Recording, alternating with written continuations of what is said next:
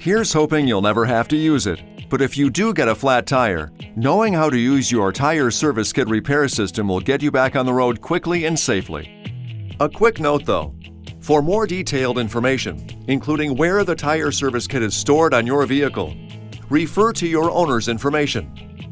Remember that roadside assistance may be available.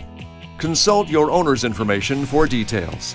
If you do experience a flat tire, pull over to a safe location and turn on your hazard lights. Position the tire that needs inflating so that the valve stem is located near the ground. This will allow the tire service kit hose to reach the valve stem with the tire service kit flat on the ground. Place the transmission in park for automatic transmission vehicles or in gear for manual transmissions, turn off the ignition, and set the parking brake. Place the tire service kit on the ground next to the flat tire. Now screw the clear flexible filling tube to the tire valve.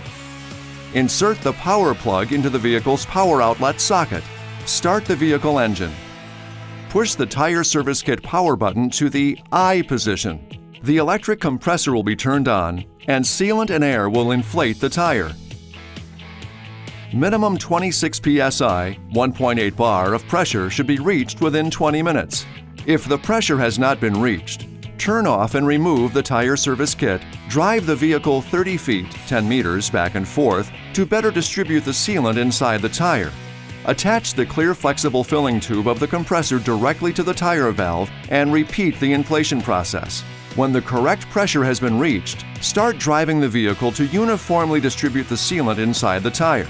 After 10 minutes, stop and check the tire pressure. If the pressure is below 19 psi, 1.3 bar, do not drive the vehicle, as the tire is too damaged. Contact the nearest authorized dealer. If the pressure is at 19 psi, 1.3 bar or above, repeat the inflation process to reach the correct tire pressure and continue driving. Peel off the warning label from the bottle and place it on the dashboard as a reminder to the driver that the tire has been treated with the tire service kit. Replace the sealant canister prior to the expiration date at your authorized dealer. This video is not intended to take the place of your owner's manual. For complete details and other important safety information, please see your owner's information.